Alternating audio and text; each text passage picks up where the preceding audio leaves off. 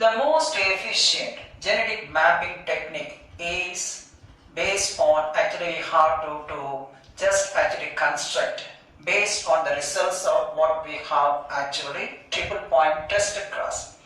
What is the meaning of triple point test cross? In the previous one we have seen 2-point test cross where we are using only 2 alleles to construct a genetic map, but it's not efficient because of what we have the absence of double crossover. It cannot be detected there. So that's why it's the most efficient method, because double crossovers can be detected by this method. Now what is the meaning of triple point test cross? Actually it refers to analyzing the inheritance patterns of 3 alleles by test crossing what is called a triple recessive heterozygote. Now this is a triple recessive. It is a heterozygous condition, capital small l, capital G small g, capital small s. So it is a triple recessive heterozygote. What we can say trihybrid. With a triple recessive homozygote, it is being crossed with what is called a triple recessive homozygote. You see that one, LL, GG, SS. That refers to what we have triple recessive homozygote. Then what is called as test cross. It is a triple test cross. Previous one, 2 test cross, where you are using only the dihybrid crossing with that one with a homozygous recessive and double homozygous recessive. Here we are taking a trihybrid, which is being crossed with what we have a triple homozygote individual, which are normally recessive in nature.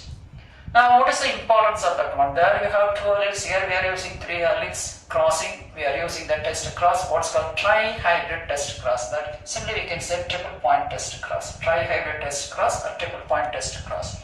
Now what is the advantage? It enables to understand, actually determine, we can say, the distance between the 3 alleles easily, and also the order in which they are found or they are located or positioned on the chromosome. You can find out the distance between the 3 alleles as well as their position also on the chromosome. And again the second one, double crossovers can be detected, wherein what we have 2-point test cross, double crossovers can be missed. And here double crossovers can be detected, which provide more clues about what we have the map unit distances. What we have can provide more accurate map distances without any mistake. Okay, we can understand this one. So the triple point test cross could be understood with the help of what we have the cross in the case of maize or corn by taking 3 dominant alleles or wild alleles and 3 recessive alleles. I represent the cross.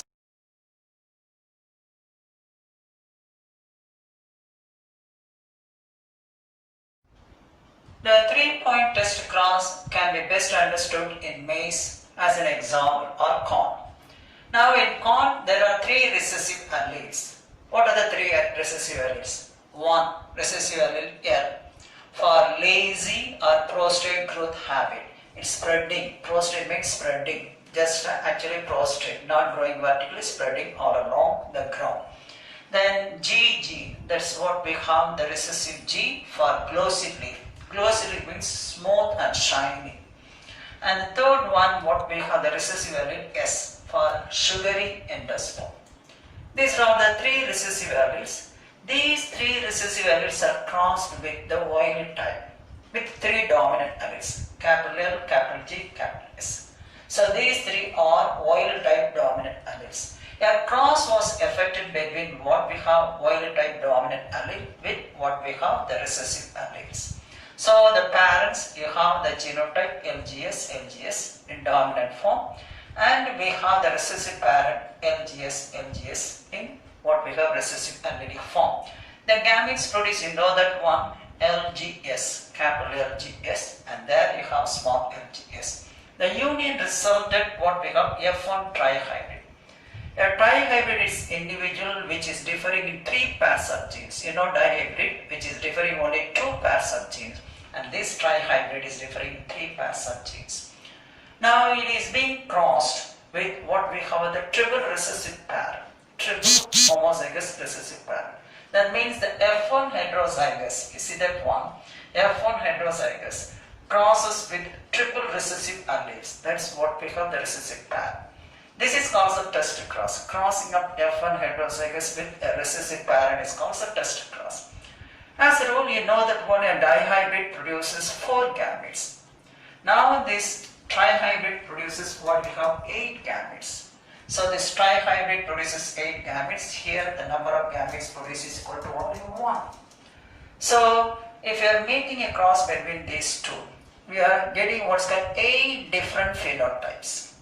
And as a result, a total of 740 individuals produced. 740. The total number of individuals produced are 740, and under which we have the different combinations. Totally 8 different phenotypes are produced, as the number of gametes produced by F1 trihybrid is 8. You know the rule. The number of actually gametes produced by a hybrid is equal to the number of what is called the types of individuals. So a total of 740 individuals are produced, of which there are 8 phenotypes, because it is corresponding to the number of 8 different types of gametes. Now we have to go through what we have the following table, and we have to analyze, and then we have to find out the recombination frequency between the different genes. Okay, I'll take the table column and then I will explain how many number of individuals produced in each case, of the total of that one. What are the different gametes produced? 8 gametes. You know that one. A monohybrid produces 2 gametes, a dihybrid produces 4 gametes, and a trihybrid produces 8 gametes. The number is increasing geometrically. So 8 gametes, then 8 phenotypes, and represented in the form of table column. And how for the recombination occurs, and how to calculate the recombination frequency.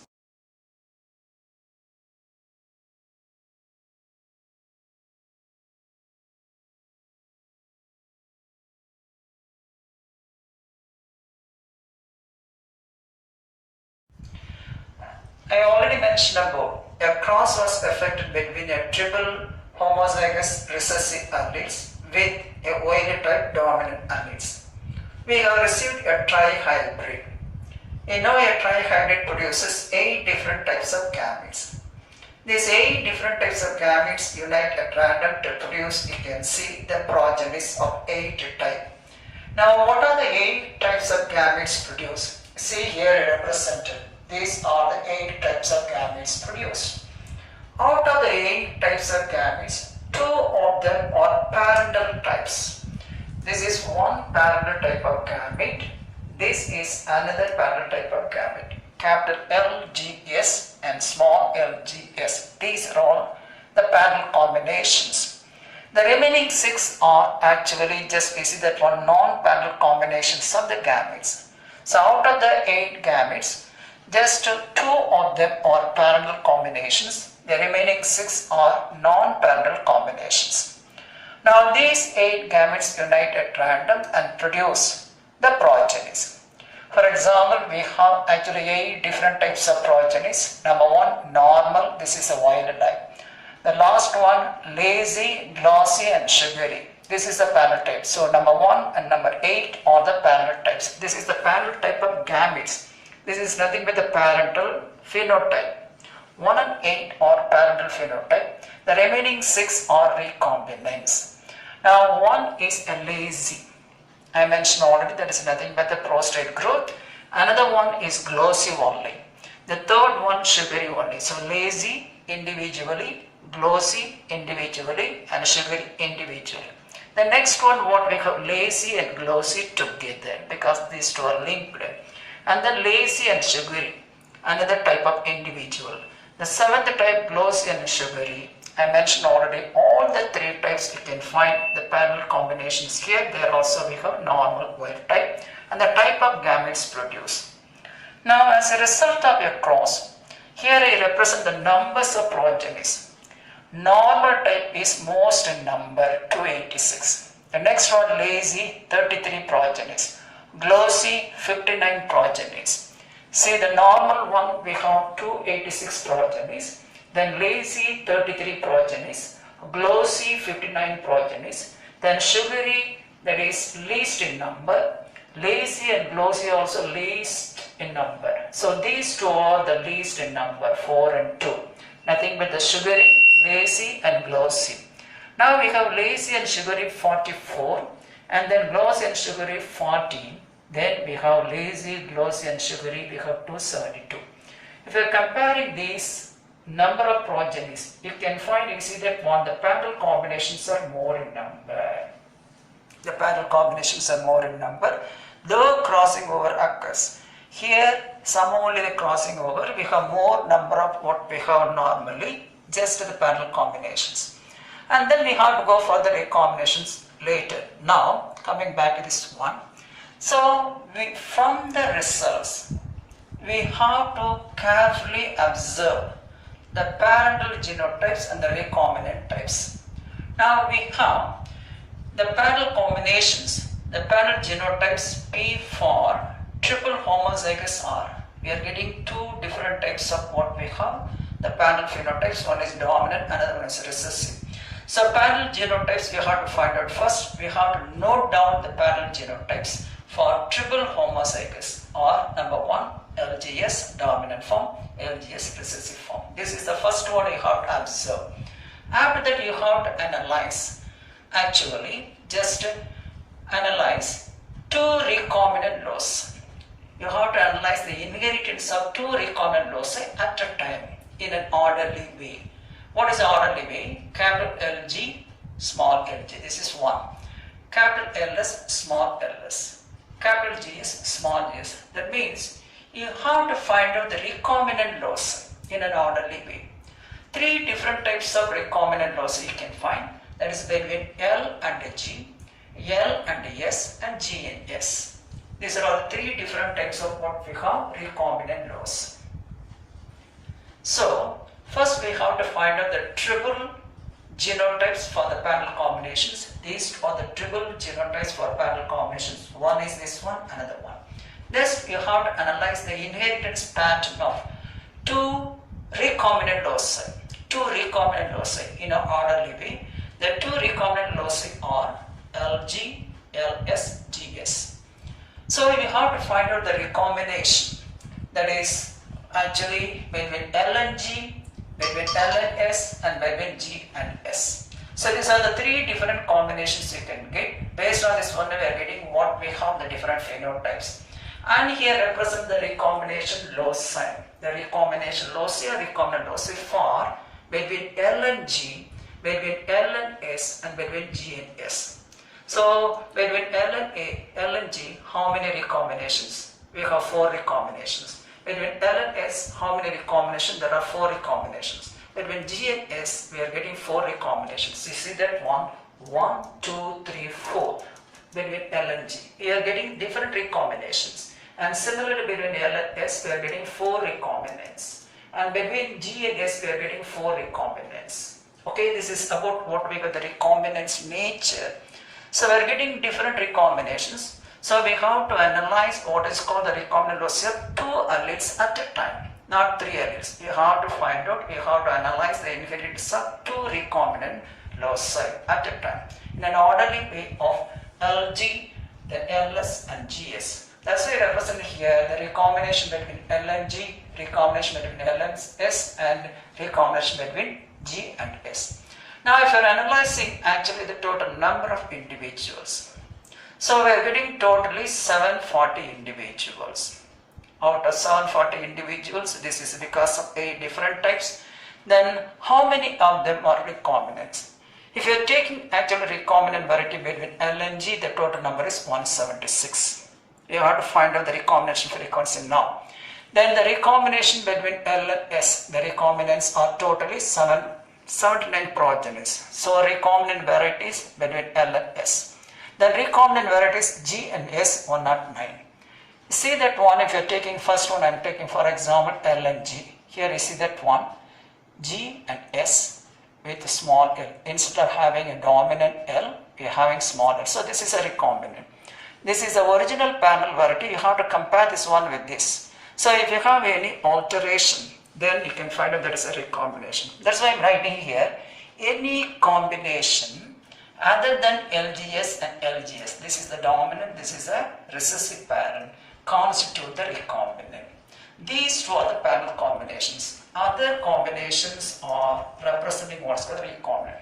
So if there is any one letter is changed, then you can find out that is what we have a recombinant variety. So any combinations other than these two then constitute the recombinant. So that's why I represent the parallel combination, the remaining 6 are the recombinants. Okay, just we have first to start with parallel combinations we have formed, the recombinants we have formed. Now the next one, you have to analyze the loci of 2 alleles at a time. You have to analyze the loci of 2 alleles at a time, not 3 alleles. Analyze the loci of 2 alleles at a time. Now we are starting with LNG. So LG, capital LG and small LG are the parallel types, you know that one. Capital LG and small LG are the parallel types. While we have capital L small g, capital small g and small l capital G. See, crossing over XII occurred are recombinant types. So we have capital LG and small lg, these are the parallel types, while capital small g and small l capital G are recombinant types because they have one dominant gene, one recessive gene. Okay, now we have to analyze what we got the 2 alleles at a time starting with L and G. You have to find out what we have the recombination frequency between L and G, between L and S and between G and S.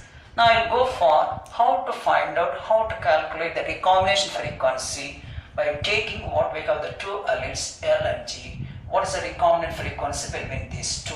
Then we have to go for the recombination frequency between L and S. We have to find out the recombination frequency between G and S. Okay, now let's go for.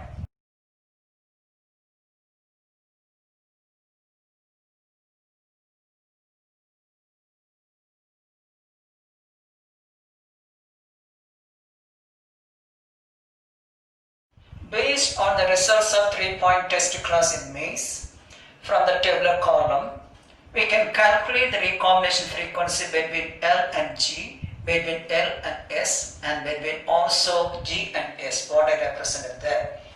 Now, we can have the formula already. Recombination frequency is equal to number of recombinants divided by number of offsprings, total number multiplied by 100. First, let us calculate the recombination frequency between L and G. Now the total number of individuals 740. Now you can find between L and G the total number 176, 33, 59, 44, 40. Totally we have 176. Out of 740, 176 for 100 we can get what we have 23.7%. This is between L and G. Now let's go for the next one, recombination frequency for L and S. Now there I represent that totally 79, the number of progenies. So recombination frequency 33 plus 4 plus 2 plus 40 divided by 740. You are getting what's called 79 by 740. Now the recombination frequency is 10.7%. Now we have to go for recombination frequency for G and S, the last one. So recombination frequency is that one, 4 recombinants, 59 plus 4 plus 2 plus 44 out of 740, that's 109 divided by 740 into 100, so 14.7. If I just actually find out these 3 genes, LGS, the LGS genes are linked because all the values, the recombinant frequency values between L and G, L and S and also G and S, considerably lower than 50%. If we have the recombinant frequency value is less than 50%, we can say the genes are linked. If the frequency value is more than 50, we can say crossing over occurred at a larger scale. So here, the frequency values of these 3 are considerably lesser than 50%. So we can say these 3 genes LGS are linked. And if you are taking, for example, recombination frequency value, it is of highest in the case of, for example, L and G, 23.7. It is of having highest value. So the meaning for that one, the genes, what we have L and G are placed further apart. I represent C here, small l, small g, they are placed further apart. That's the meaning. If you have more crossover value, the meaning for that one, they are placed further apart. So when the length and the distance between the linked genes is greater, the chance of crossing over is also greater. Okay, so once you have found that is L and G genes are present at the extremes with a greater what we have recombination frequency, it is assumed that the gene S is present between L and G. So the order of arrangement of genes here is L, S, G. So whenever a problem is given, suppose we have just between L and G 35, between L and S, that is we have 23. You have to take the maximum value first. You have to take the maximum value first. So the two genes are placed further apart, so that we can have the gene is present in between them, that is the S. Okay. So this is the construction what we have 10.7, 14.7. But normally if you are taking the total distance, if you are adding these two, we are getting what's called 25.4, not 23.7. So if you are adding these two values, that's what we have 10.7, 14.7, you are getting what's called 20.4, that is map units. It is greater than what we have 23.7 because between these two, L and G, the normal value what is given is 23.7. So when these two smaller map distances is added up, then you have to get what's called 23.7 only. But we are getting what's called 25.4%, which is greater than what we have 23.7. That is nothing but actually calculated for recombination between L and G. Okay. So anyway, normally you have to go for what is the reason why we are getting 25.4. Now we have to find out two least number of progenies. The least number of progenies what we have actually 4 and 2. The least number of progenies are 4 and 2. Now these two least progenies are produced because of double crossover. These two progenies, the lowest number of progenies, that's normally referred to just actually showing that one, these two are double recombinants. Because of double recombinants only, we have reduced number of what we have progenies.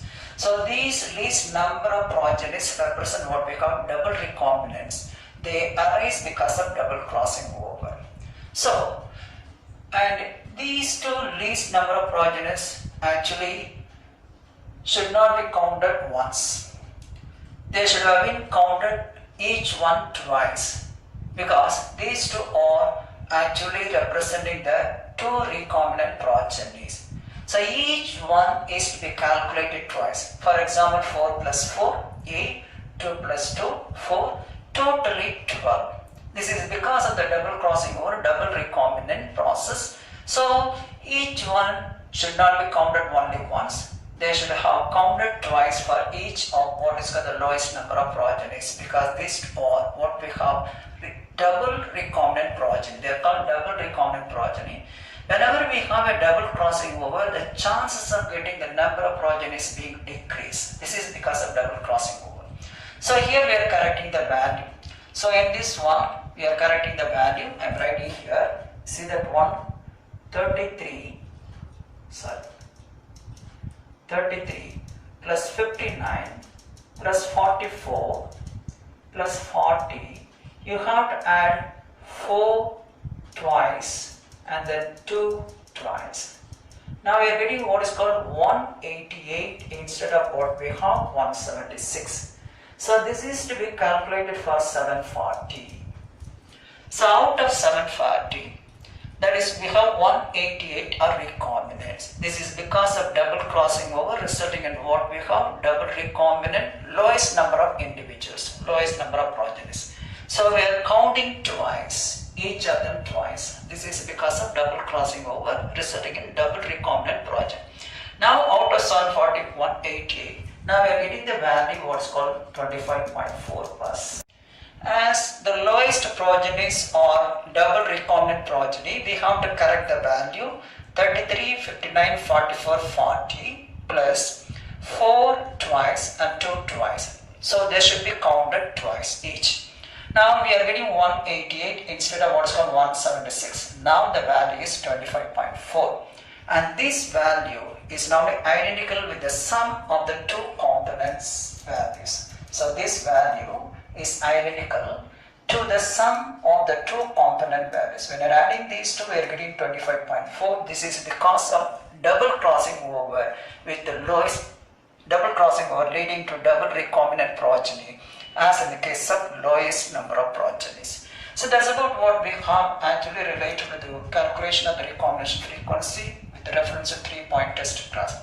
Then I have to represent what we have the double crossing over, how far it is being changed, only the diagram.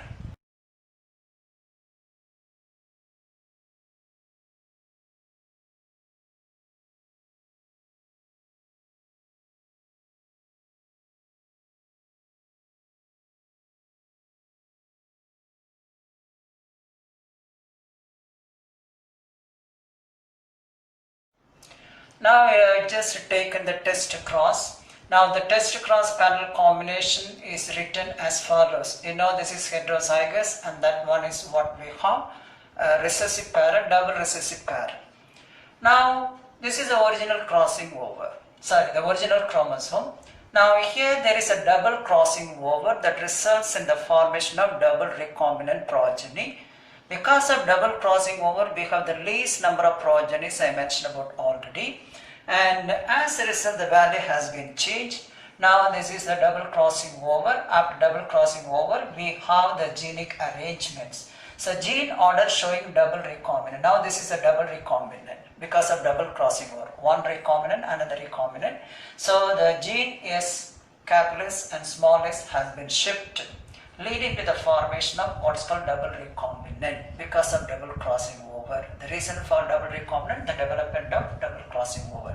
That's why we have the least number of progenies. That's why we change the calculations. Okay, from 176 to 188 by adding these two recombinants. Instead of counting once, we are counting each one twice. Okay, thank you. With that I completed. We have to go for the next one. Anything else related to, even for example, the importance of genetic mapping, I'll take it in the next class.